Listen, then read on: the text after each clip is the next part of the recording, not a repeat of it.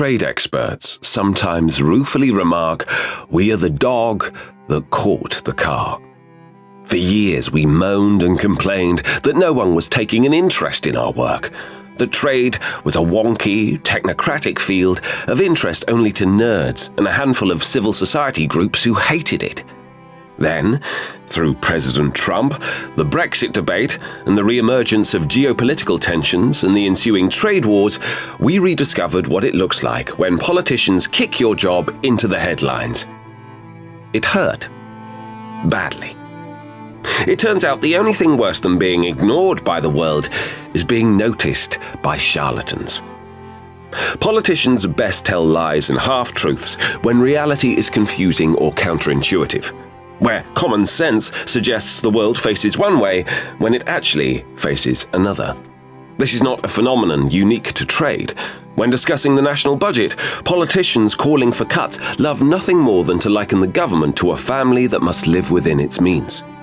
Anyone familiar with how government finances actually work will tell you this analogy is easily understood and completely wrong. Yet politicians persist in evoking it year after year precisely because it sounds correct. Trade is especially vulnerable to this kind of demagoguery. Although it is confusing and technical, with many knock-on effects that only happen further down the line, trade is also the sort of topic people feel like they intuitively get. This leaves them open to confidently spouted rubbish disguised as plain-spoken common sense. Trade rhetoric is inflated with this hot air.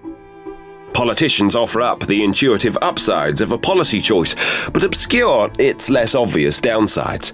They bamboozle with numbers that have another meaning.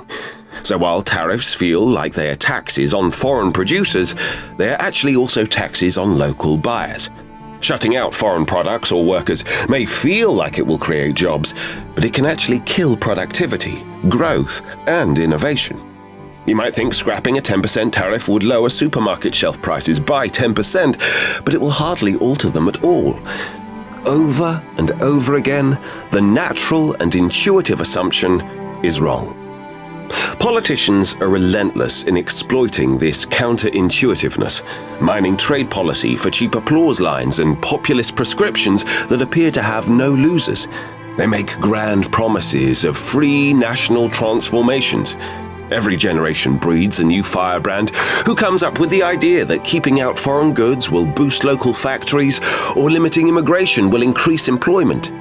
Every generation hears that slashing red tape at the border will catapult their country into a world of plenty, or that only a quick win-win trade agreement with a distant ally stands between the average citizen and prosperity. Trade wonks are not blameless here either. The technical nature of the field, combined with the apparent political consensus and political apathy that formed around its core tenets in many countries, atrophied our public policy debate muscles.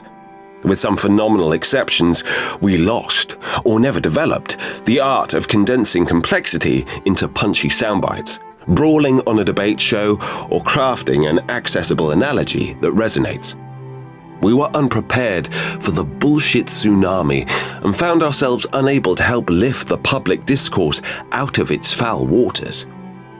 And that's on us.